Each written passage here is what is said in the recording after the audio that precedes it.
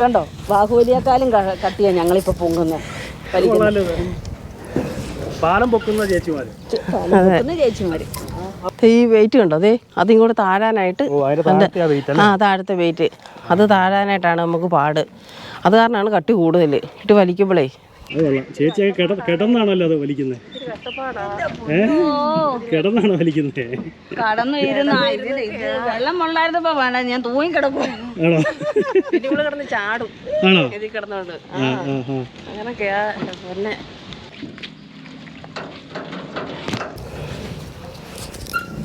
ഒരു ബോട്ട് പോകണമെങ്കിൽ എന്തൊക്കെ പരിപാടിയല്ലേ ചേച്ചി?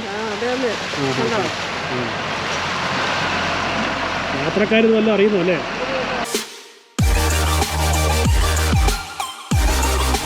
ഹായ്, നമസ്കാരം. ഷൈജു ആണ്, ഷൈജു ബ്ലോഗറാണ്. ഞാനിപ്പോൾ നിൽക്കുന്നത് കോട്ടയത്താണ്.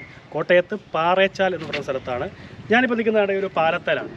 കോട്ടയം ഭാഗത്ത് നിന്ന് ആലപ്പുഴ ഭാഗത്തേക്ക് ബോട്ട് സർവീസുള്ള ഒരു സ്ഥലമാണ് ഈ പാറേച്ചാൽ ഭാഗം.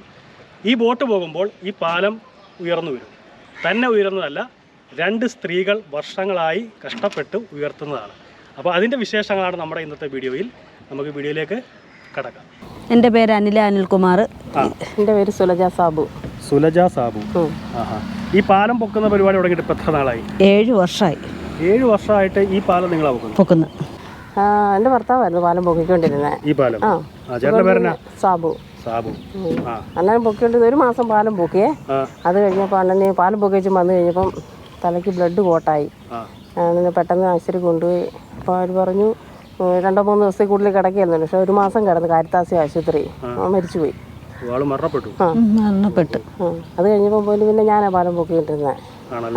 ഞാൻ പാലം പൊക്കിക്കൊണ്ടിരുന്ന് കഴിഞ്ഞിട്ട് ഇപ്പോൾ ഒരു 2-3 ദിവസമായിട്ട് എൻ്റെ കാലിൻ്റെ മുട്ട് മാറ്റി വെച്ചായിരുന്നു. 2 മുട്ടും ചിരട്ട അത് മാറ്റി വെച്ചപ്പം എനിക്ക് ഒറ്റയ്ക്ക് പാലം വലിച്ചു പൊക്കാൻ പറ്റിയതാണെന്ന്. അപ്പോൾ അണ്ണൻ്റെ പെങ്ങളാണിത്. അപ്പം പുള്ളിക്കാരത്തി കൂടെ കൂട്ട് പിടിച്ച് ഞങ്ങൾ 2 പേരും കൂടെ കൂടി ഒറ്റയ്ക്കായിരുന്നു പാലം പൊക്കുക. ബാഹുബലി സിനിമയാണ്. അതെ, ബാഹുബലി സിനിമ തന്നെയാ. കണ്ടില്ലേ, ഇപ്പൊ ബാഹുബലിയെക്കാളും കഷ്ടമായി. കണ്ടോ, ബാഹുബലിയെക്കാളും കട്ടിയാ ഞങ്ങളിപ്പോ പൊങ്ങുന്നത്. പാലം പൊക്കുന്ന ചേച്ചിമാര്. അവിടെ മാത്രമേ പൊങ്ങത്തുള്ളൂ. ഒരു ഭാഗം പൊങ്ങി ഇങ്ങി പോരും. ഞാൻ ചേച്ചിക്ക് മുട്ടുവേദനയായിട്ട് ഇരിക്കുമ്പോഴാണ് ഞങ്ങൾ 2 കൂടെ തുടങ്ങിയത്. അപ്പോൾ ചേച്ചിക്ക് മേലാതെ വന്ന പിന്നെ ഞങ്ങൾ 2 കൂടെ അതങ്ങനെയായി. ഒത്തിരി ആൾ യാത്ര ചെയ്യുന്ന പിന്നെ ഒത്തിരി പേരുണ്ട്. ഒത്തിരി പേര് വെള്ളം എടുക്കുന്നത് ഇല്ല, സ്കൂട്ടർ പോകത്തില്ല, വണ്ടി കയറത്തില്ല. വണ്ടി കയറി കഴിഞ്ഞാൽ ഇനി ഇത് പാലം കൂടെ പോകും. അതുകൊണ്ട് ആ ബൈപ്പാസ് ഇവിടെ വരേണ്ടതായിരുന്നു.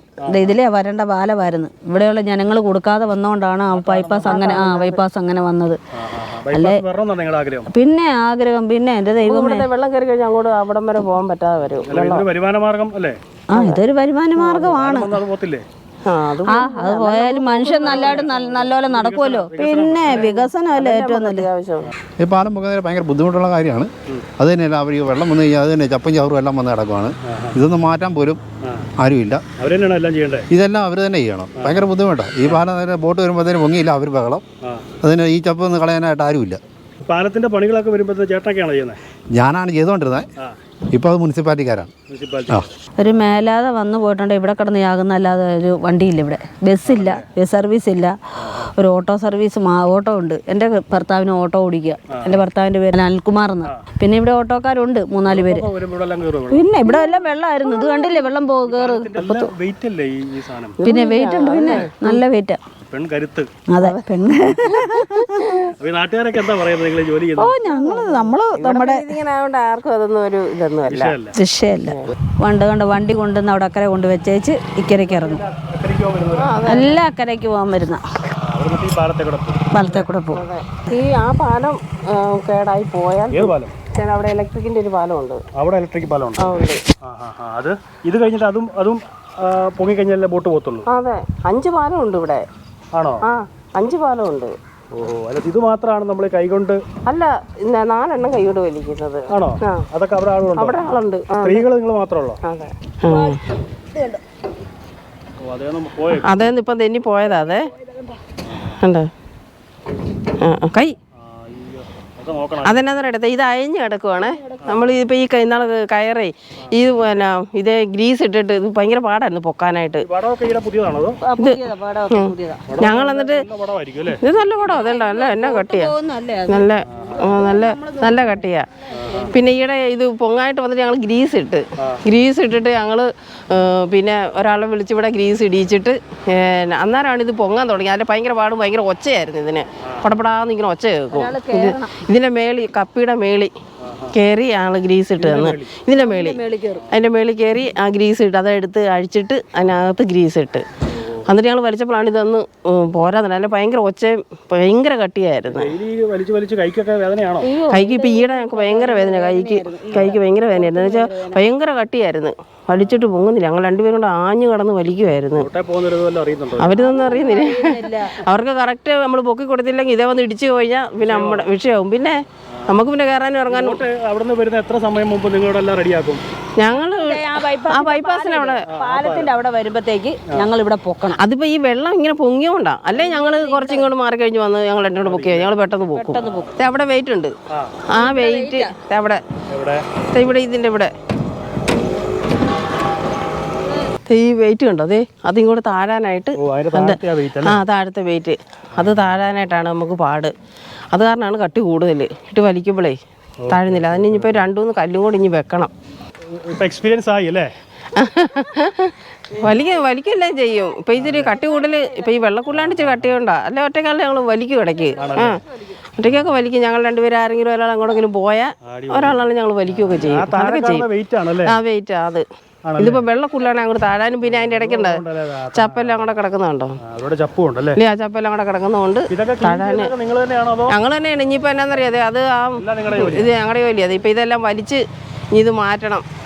ഈ കമ്പെല്ലാം കൂടെ വലിച്ച് മാറ്റാൻ പറ്റത്തില്ല. അത്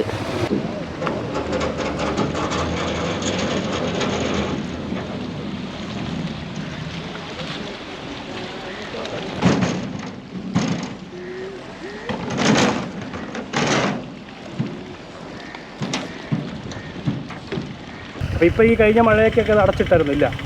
ഒരു മാസമായിട്ട് പാലം പൊങ്ങുന്നില്ലായിരുന്നു. പോള കിടക്കുമായിരുന്നു. പോള വലിയ ശല്യമായിരുന്നു. അത് അവിടുന്ന് പോള കാരണം ബോട്ടിക്കൂടെ പോരത്തില്ലായിരുന്നു. അത് കാരണം ഒരു മാസം പാലം പൊങ്ങുന്നില്ലായിരുന്നു. ഈ 22-ാം തീയതി മുതലാണ് തുടങ്ങിയതേ ഉള്ളൂ. പിന്നെ മഴയൊക്കെ ഒത്തിരി ആയി കഴിഞ്ഞാലും പ്രശ്നമാവും അല്ലേ? മഴ കഴിഞ്ഞാൽ കുഴപ്പമില്ല, ഓട്ടോ ഓടിക്കുള്ളൂ. അതൊന്നും കുഴപ്പമില്ല, പ്രശ്നമില്ല. പക്ഷെ ഈ പോള വന്നാൽ നമുക്ക് പാടും. പിന്നെ ഈ ഇത് കറണ്ടിൻ്റെയാണ്. കറണ്ട് ഇല്ലെങ്കിൽ അവിടെ നിന്ന് കിടക്കും. പോകത്തില്ല. പിന്നെ കറണ്ട് വന്നു കഴിഞ്ഞാൽ അത് പോകുള്ളൂ. നേരത്തെയൊക്കെ കറക്കി എടുക്കുമായിരുന്നു. പക്ഷെ ഇപ്പോൾ കറക്കാൻ പറ്റുന്നില്ല. അപ്പോൾ അത് മുടങ്ങിക്കഴിഞ്ഞാൽ പിന്നെ നമുക്ക് ബോട്ട് ഓടത്തില്ല. ബോട്ട് ഓടിയില്ലെങ്കിൽ നമുക്ക് നിശ്ചയമില്ല, വരുമാനമില്ല. എത്ര ബോട്ട് സർവീസ് ഉണ്ടോ? 9 പ്രാവശ്യം.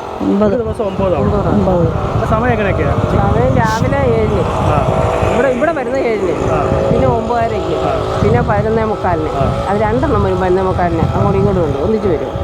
പിന്നെ അത് കഴിഞ്ഞ് വരുന്നത് 1:15-ന്, പിന്നെ 2 മണിക്ക്, പിന്നെ 3:45-ന്, പിന്നെ 4:30-ക്ക്, പിന്നെ 5:30-ക്ക്, പിന്നെ 7:30-ക്ക്. 7:30 നമ്മുടെ പരിപാടി കഴിയും.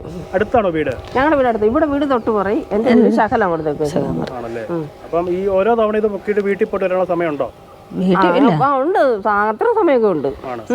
ഞങ്ങൾ ഇവിടെ ഇരിക്കും. ഇവിടെ നമ്മുടെ അനിയന്റെ വീടൊക്കെയാണ്. ബോട്ട് വന്നോണ്ടിരിക്കല്ലേ. അത് കാരണം ആലപ്പുഴയിൽ നിന്ന് വരുന്ന ബോട്ടാണ്. ചേച്ചിയൊക്കെ കിടന്നാണല്ലോ അത് വലിക്കുന്നത്. കിടന്നാണോ വലിക്കുന്നത്? കടന്നു വെള്ളം ഉണ്ടായിരുന്നപ്പോ വേണ്ട, ഞാൻ തൂങ്ങി കിടക്കും. പിന്നെ ഇവിടെ കിടന്ന് ചാടും ഇതിൽ കിടന്നോണ്ട്. അങ്ങനൊക്കെയാ. പിന്നെ ഭയങ്കര കഷ്ടപ്പാടാ. ഇത് കണ്ടില്ലേ കിടന്ന് വലിക്കുന്നത്. ഇത്ര പൊങ്ങിയാൽ മതി അല്ലേ? ഇനി പൊങ്ങണോ? അങ്ങോട്ട് പൊങ്ങട്ടെ. ആ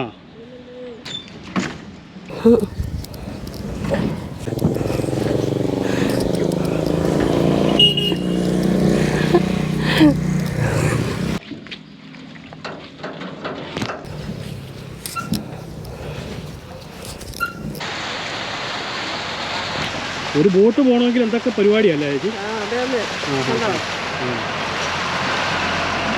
യാത്രക്കാരിത് വല്ലതും അറിയുന്നു അല്ലേ? അതെ. ഇത് താക്കാൻ പോലെ പോയ ഉടനെ താക്കും അല്ലേ? ഉടനെ താക്കും.